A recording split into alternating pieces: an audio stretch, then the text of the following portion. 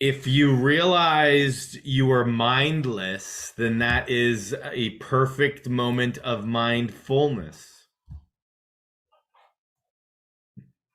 The moment you realize that you're mindless, where you kind of shake your head and you go, where was I? That's a moment of mindfulness. When you're recognizing that maybe your thoughts have carried you away, when you recognize maybe that you're daydreaming and you're ruminating about the past, or wallowing.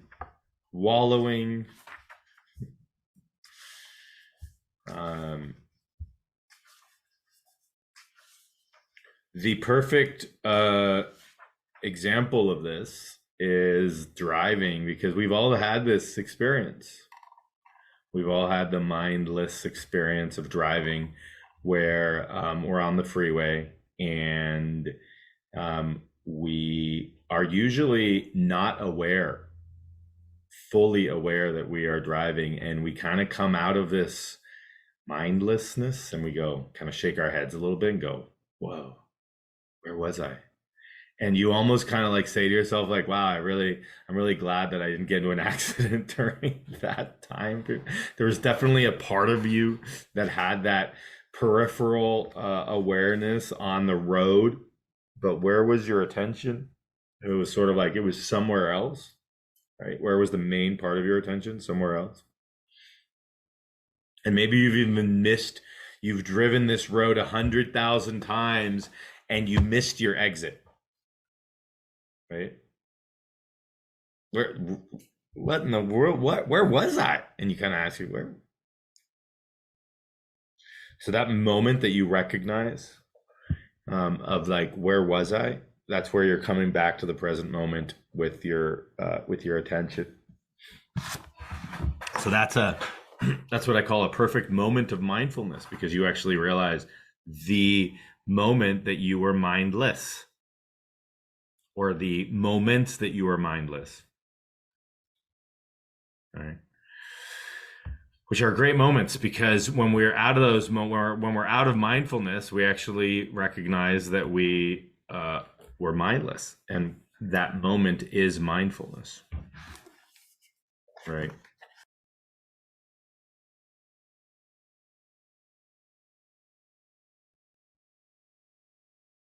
Today, and maybe for the next some of the next few sessions, we're going to go over some pointers. A friend of mine gave me this book. It's called so it's quite a good book. It's called The Mind Illuminated. The Mind Illuminated. And the author is he's a meditation master with over 4 decades of experience in Tibetan Buddhism traditions. He's a former professor, taught physiology and neuroscience for many years, and later worked in the field of complementary and alternative medicine. And it's called A Complete Meditation Guide Integrating Buddhist Wisdom and Brain Science for Greater Mindfulness. It's called The Mind Illuminated. The Mind Illuminated. And I'm flipping through this, and there's a couple good pointers here. A few pointers that I'm going to read, because I do use these words. And actually, the first chapter looks at attention and awareness. Attention and awareness, and looks at sort of the distinguishing factors of these. All right, and the reason is that what mindfulness actually does is it cultivates both of these. It helps us to learn how to pay attention, believe it or not, especially early on in our mindfulness practice, when we actually choose something to pay attention to. Right? We choose what we call an anchor to pay attention to. And so we actually start to develop through this practice, because what happens when you choose to pay attention to something is your mind wanders. So it's sort of like, okay, I'm going to choose to focus on this. And then as soon as you choose to focus on this, maybe 3 seconds after you choose to focus on it, what happens? Your mind wanders. And you go, oh man, I'm having a hard time focusing. Mind wanders. And it's not, we don't judge ourselves. It's not good or bad. We just notice the mind. All right. And so we actually start developing the ability to direct our attention and the ability to focus our attention. And I'm going to read a few things from this book that I think are pretty important.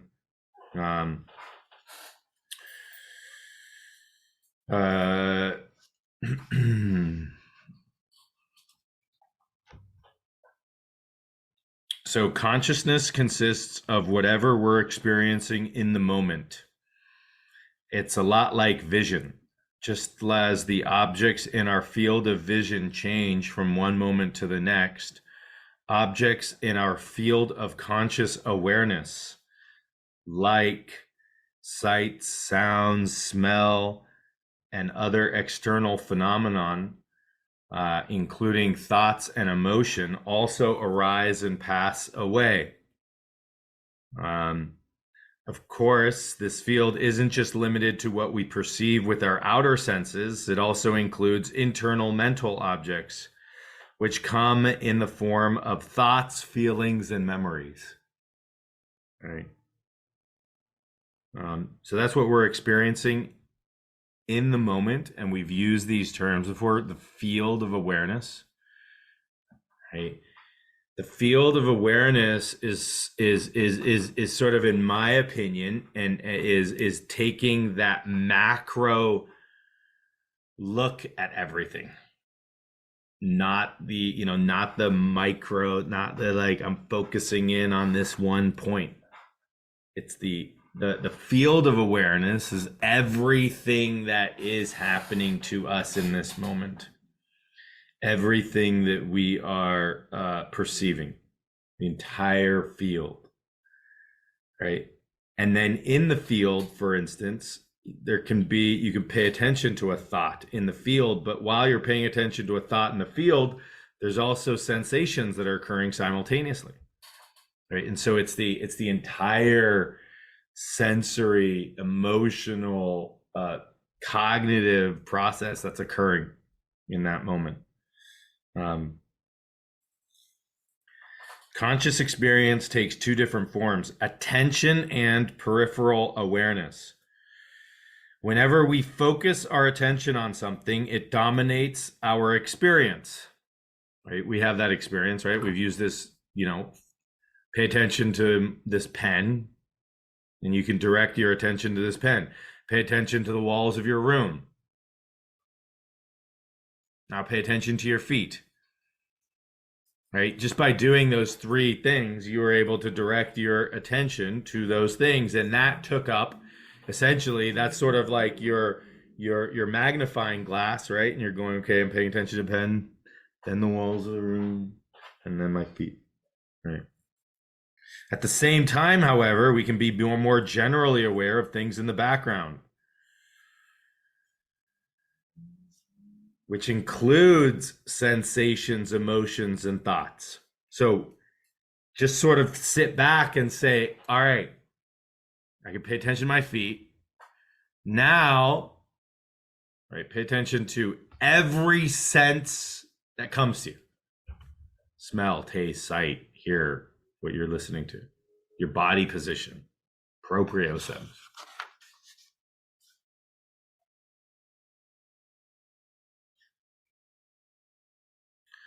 If you have like a magnifying glass, or you have like a telescope, or you have like a microscope, if you ever remember in like biology class when we had those little lenses, and we or the little slides of something, and we put it under the microscope. And we can even do this with like the zoom, the zoom on our camera, for instance, nowadays. But that the microscope, just because it has that dial on the side that you have to turn, and then the lens changes, and you can see in real close up, right? So what happens to the lens?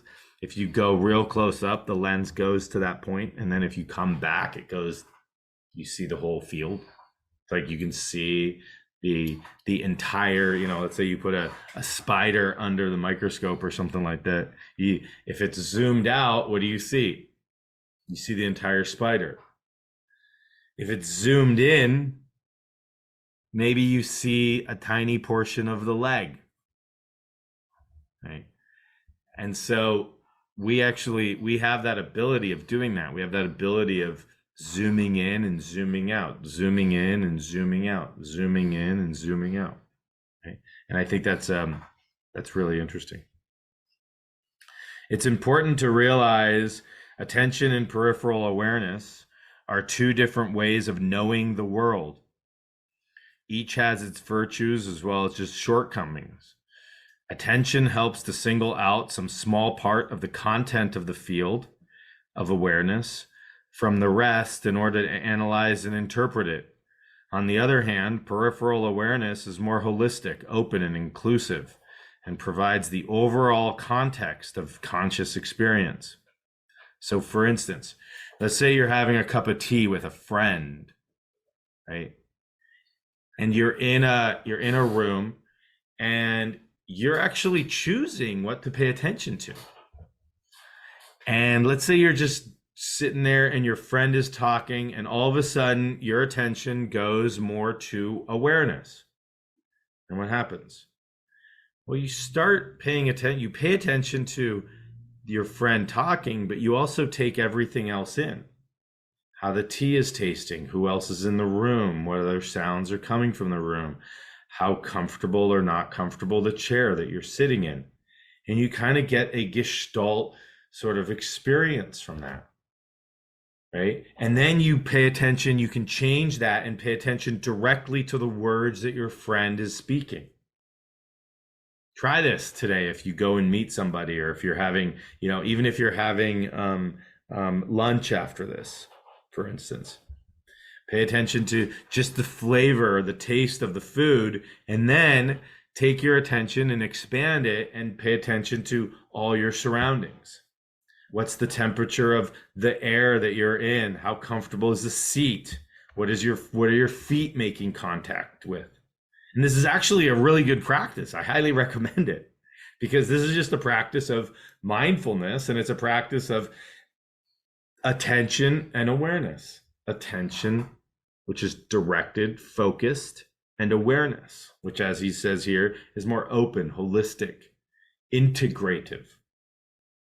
Right? And so you're sort of coming out. It's like this beautiful dance. What are you paying attention to? What are you aware of? What are you paying attention to? What are you aware of? And in this practice, it is just like a muscle that as you practice it more and more, you not only develop your ability to pay attention, but imagine, right, simultaneously having single pointed focus on something while also being fully aware of your whole environment. Right? Single pointed focus, fully aware of my environment. Single pointed focus, fully aware of my environment. That they're not mutually exclusive. Initially, it might feel like it, because it's sort of like, oh, I'm really paying attention to this thing. And so you're sort of disregarding the other things. But as you do this practice more and more, and you ask yourself, oh, what am I aware of? And you sort of sit back and you allow all your senses to come in, and you allow all your thoughts and emotions to come in. And you go, what am I paying attention to? And what you may notice is that your attention actually kind of jumps around a little bit to different things in your awareness. Like, oh, now I'm aware more. Now I'm paying more attention to the sensations in my feet. Oh, now I'm paying attention to that thought. Oh, now I'm paying attention to this. But it's all in the present moment. It's all in the present moment and in the realm or the sphere or the plane or the field of consciousness or awareness. Okay. Does that make sense?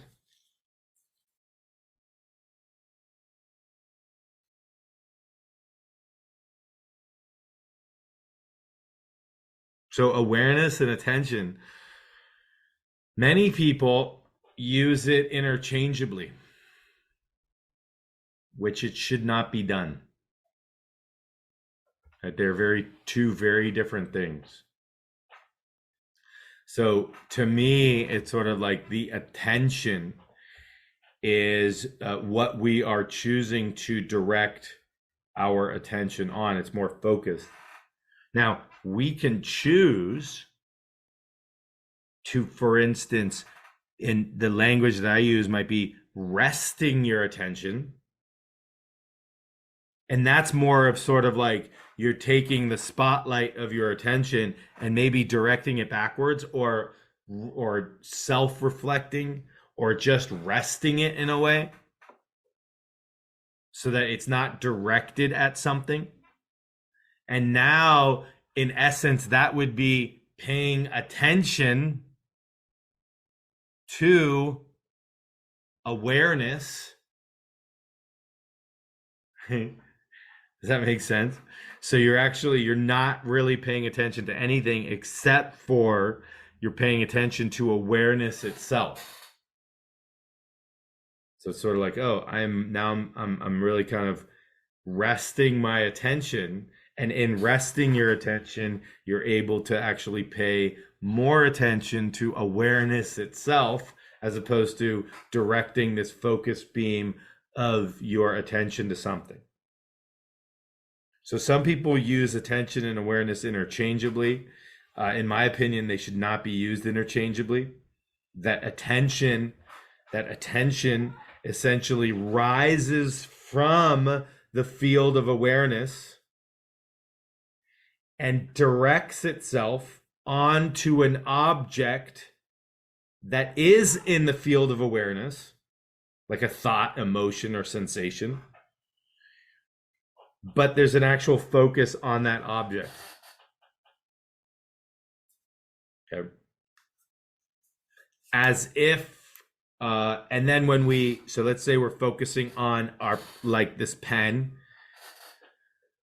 So there is a process whereby you are directing this awareness with your attention to the pen. Then, as I say, okay, now pay attention to your feet. You drop the attention on the pen. The attention goes back, it rests back onto awareness. And then it comes back to attention to your feet.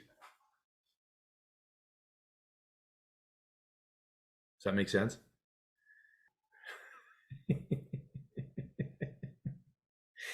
This is like we're getting to some really really good things here. This is sort of like next level mindfulness.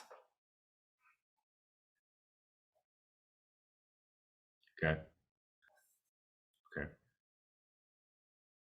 So if we sort of see this as what is arising from awareness, almost as if you are looking out, all right, if awareness was the ocean, and the ocean is really calm, and then all of a sudden You're watching the ocean, and you're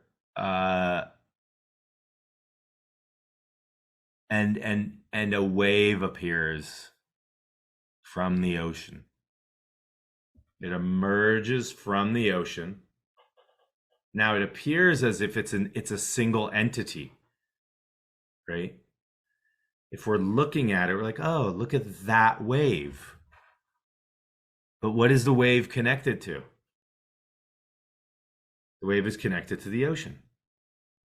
Now the wave emanates from the ocean, expresses itself as a wave, and we might say, oh, it's a small wave, puny wave, large wave, big wave, right? It's just an emanation from the ocean. But now what are we are create that then becomes an object that we are separating in essence from the ocean as a wave. Right? Wow, look at all those individual waves. Oh, another wave is coming in. Another wave. There's a wave, right? So what does the wave do? The wave, based on the movements, a lot of different things need to happen for a wave to emerge. The wave emerges. We see it as a separate entity almost, but it's actually connected through the water. It's connected into the ocean. And the water molecules that are making that wave have always been those water molecules that are making the ocean. And the water molecules that are coming out and making that wave do not see themselves separate from the ocean. They're just coming up, choosing to express themselves in that moment as a wave that's emerging from the ocean. Then we label the wave, a large wave or a small wave or, whatever it might be. And then what happens to the wave? The wave crashes. Oh, that wave is gone. Yes, it disappeared. Well, it was never really, where did it come from and where did it go? Oh, it went back to the ocean. Yes, it did. And here's another wave coming, emanating from the ocean and crashing back into the ocean. And here's another wave and another wave and another wave. And that's just what the ocean does. And that is a perfect analogy for the ocean being this field of awareness through which we experience all of life, everything, through the emergence of these objects like a thought or an emotion or a sensation that we see as separate objects that are emanating, but really it's the same energy. It's just emanating from awareness. We perceive them for that moment, right? It's sort of like, here's this thought, I'm catching it. Okay, good. Now what? Well, it can just drop right back down to awareness. And it does that if we don't give any energy to it, if we don't judge it, right? If you have a thought and all of a sudden you go, oh my God, that there's no way that could happen. I can't believe that's going to happen. Oh my God. If that happens, I'm the worst person in the world, or I can't believe that person did. Now what are we doing?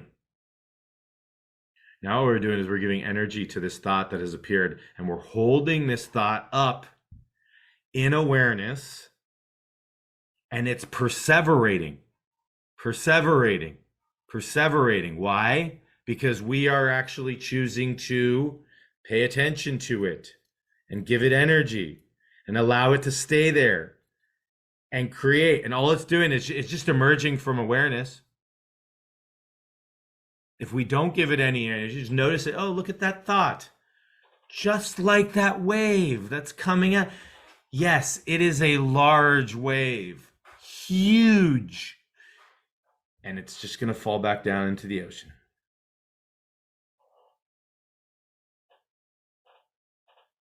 But we like to perseverate on thoughts. We like to think that they're all true. We like to believe them all. All right. And so this is a really good, this is sort of like a really good way of looking at anything that arises from this plane of awareness, from this field, is simply that, is simply an object that arises just like a wave that we can choose to pay attention to or not. We can choose to believe it,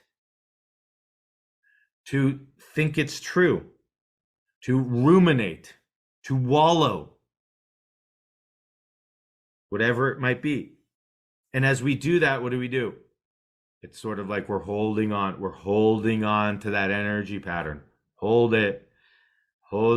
Maybe we are actually like a certain energy pattern, right? Maybe some of us like to feel as if we're needed, or like to feel as if we're important, or like to feel as if we don't have pain, nobody's going to care for us. Whatever it might be. Right? And so we're holding on to this energy pattern, and then what then becomes the focus of our attention? That emanation, that creation from awareness. And what's freaking cool about this, ladies and gentlemen, is that we actually have conscious control of that. Some of us just don't believe it or know it, but with this practice, you start to believe it and you start to see it in action. Oh wow, what is my attention helping to create? Have you asked yourself that? What is your attention every day that you're allowing your attention to go to? What is it creating? What is it creating? So, after I've confused everybody, I hope not, he has a nice page here on jump starting your practice. Okay.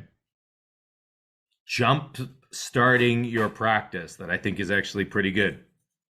All right. If you're new to this, or if you've been doing this, it helps. I always like reading, I read a lot of even mindfulness for beginners, because it's just the different way of hearing something or seeing something can sometimes trigger things. And he starts saying, okay, although a full understanding of attention and awareness is essential, some of you might want to get right into the practice. So here's a quick and basic version of meditation instructions. All right. And with practice, you will start to get this sense of attention and awareness if you don't have it already. Posture. Whether you sit in a chair or on a cushion on the floor, make yourself as comfortable as possible. Comfort is key, right? You don't want to do, oh man, I don't want to do that practice. I'm always so uncomfortable. Gee, that sounds like I'm going to go back to that. Get your back, neck, and head. Try to make them in alignment, right? Front to back, side to side. Have you ever laid down on something comfortable and you kind of feel like your neck is off to the side? You kind of breathe. It's almost like you shake your whole body. I do that sometimes. It's sort of like, oh, I feel like my neck is off to the bit side, and I almost like shake my whole body, like I'm sort of resetting my whole body. He recommends closing your eyes to start with, but keep them open if you prefer. I always let you decide. Relax while maintaining a comfortable posture. Try to release any tension in the body. So sometimes by getting into a comfortable posture, we release some tension, or we just realize and recognize the tension in our body, right? That we've been holding our shoulders up all day.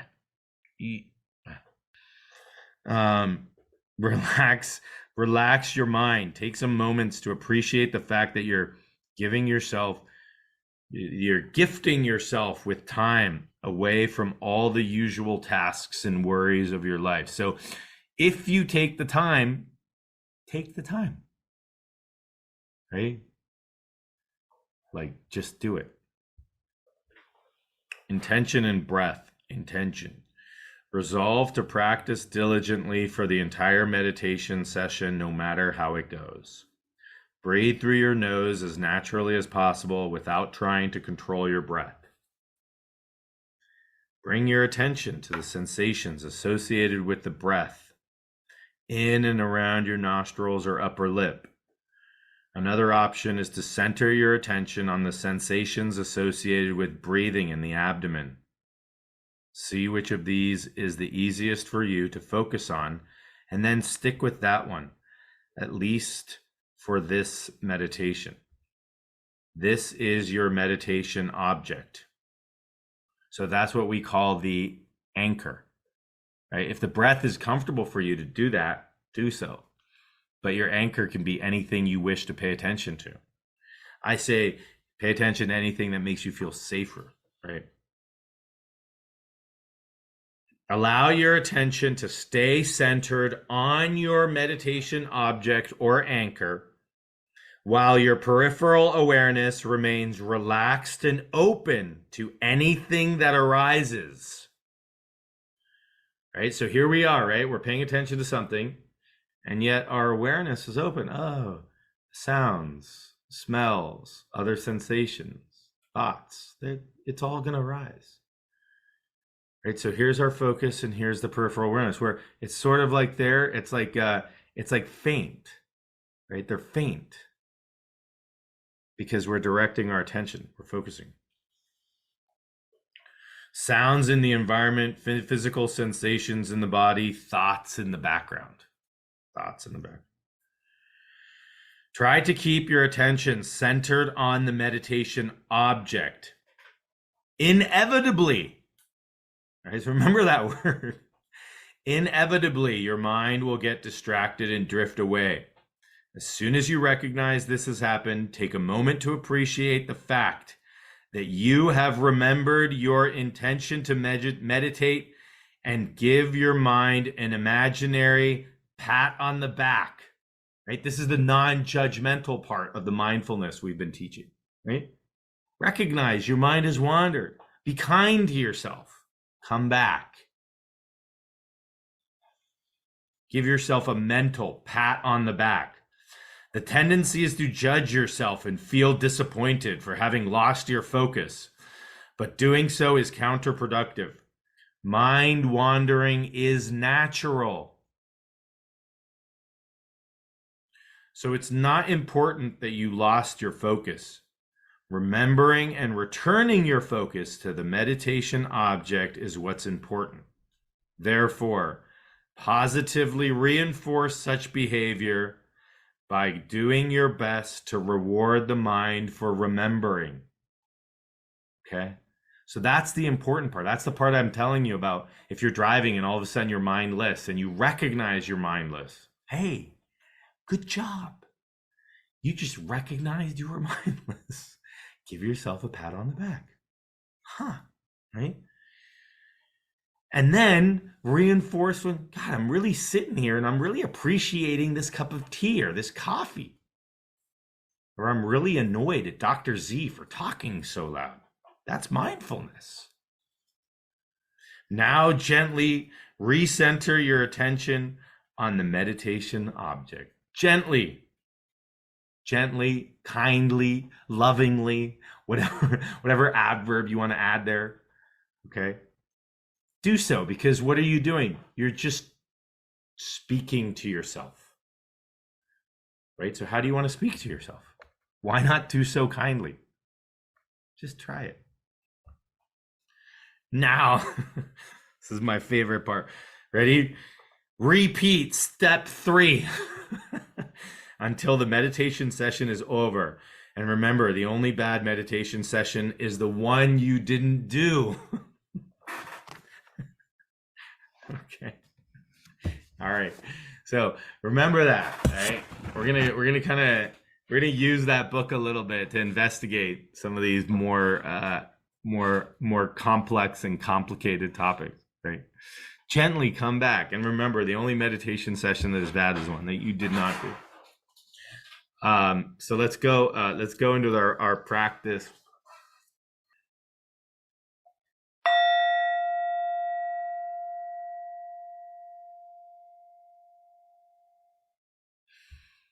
Okay, so let's find a comfortable posture.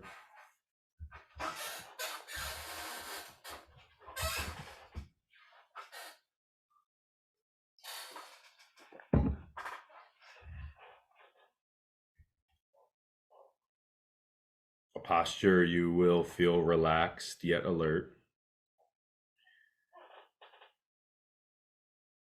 Closing your eyes if you feel comfortable closing your eyes.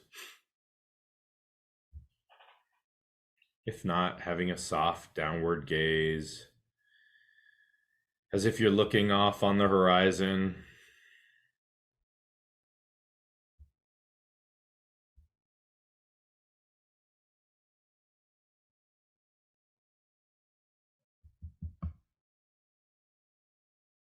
And taking 2 or 3 deep breaths, and with each in-breath, really giving yourself permission to be here right now. And with each out-breath, seeing if you can release any tension that may be present in your body, or just breathing out with the intention of being as relaxed as possible.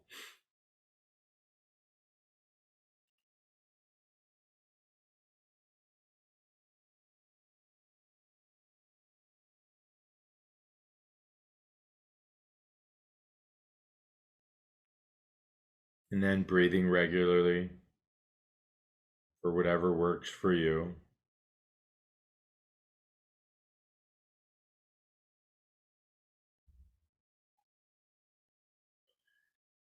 And bringing your attention consciously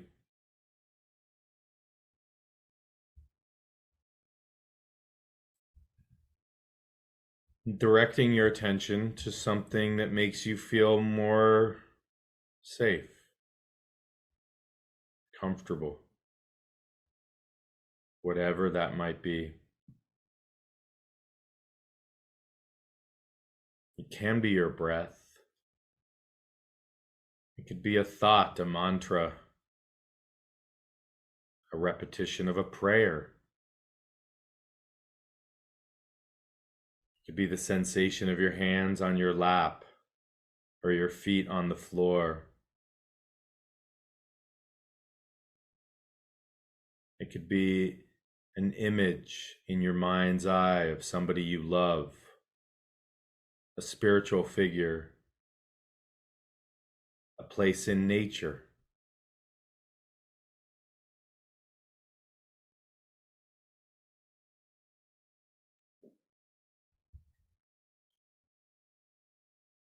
Wherever it is that you choose to pay your attention to. This is your resource, your anchor, a place you can come back to over and over and over and over again.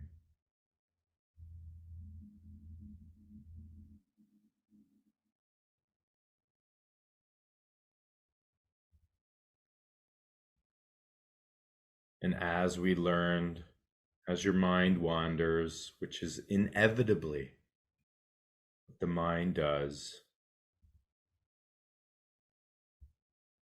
as soon as you notice the mind wandering, gently and kindly and lovingly, coming back to your anchor or your resource, this place that you have chosen to pay attention to.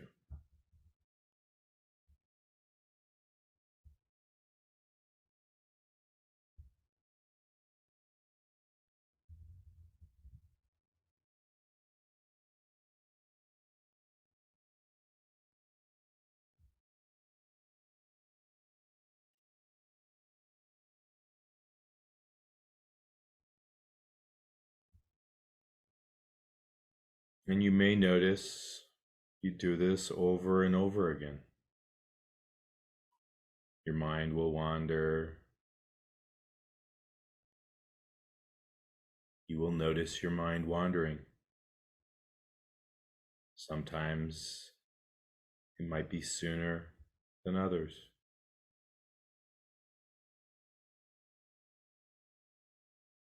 As soon as you notice your mind wandering, recognizing it with love and compassion for yourself, and coming back to your resource, your anchor.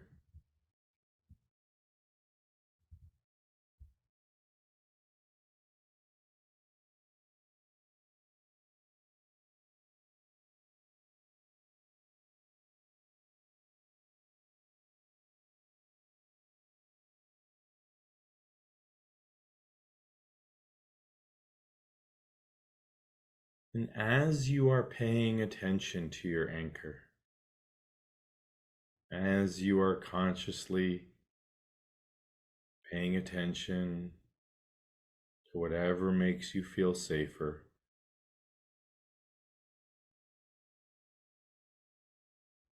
see if you can also notice your awareness.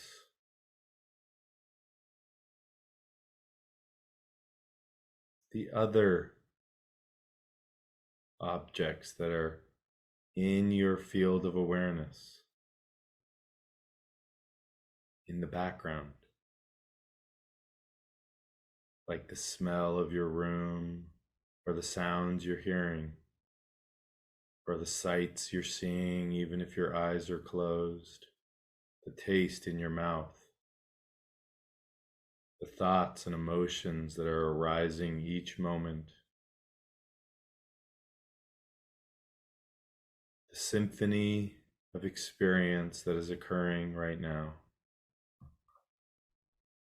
And yet, choosing to pay attention to your resource, to your anchor.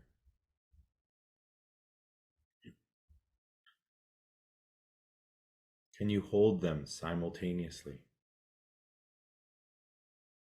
Can you focus your attention on your anchor while also being aware of awareness? Everything that is emanating in this moment. If that is too difficult, then simply staying with your anchor. Staying with your anchor. Staying with your anchor.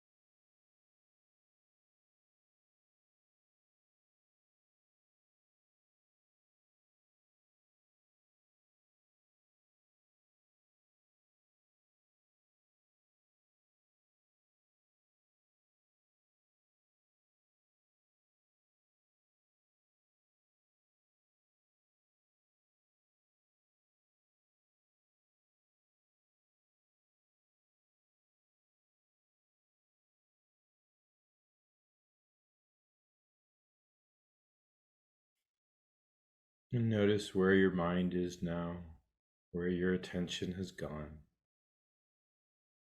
And wherever it may be, kindly, gently bringing it back to your anchor, your resource. And can you widen your perspective and notice in the background what also is happening in your field of awareness?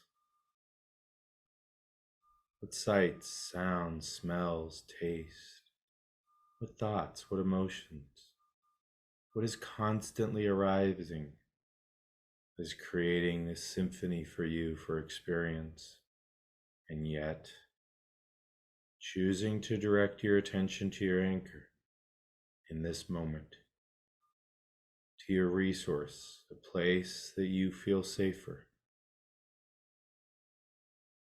while also being aware of awareness itself.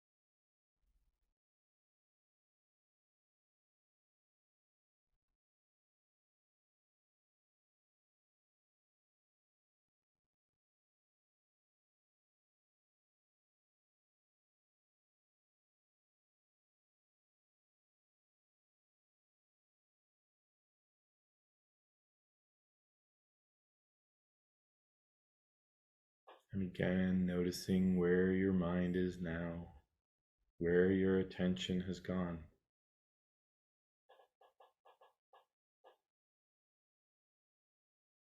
And in that moment, if your mind has wandered,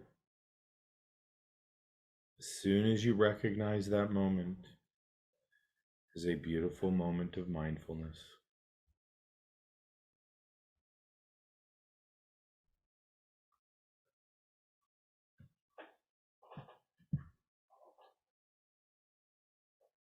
And now bringing your attention back to your resource, back to your anchor. Taking 2 or 3 deep breaths.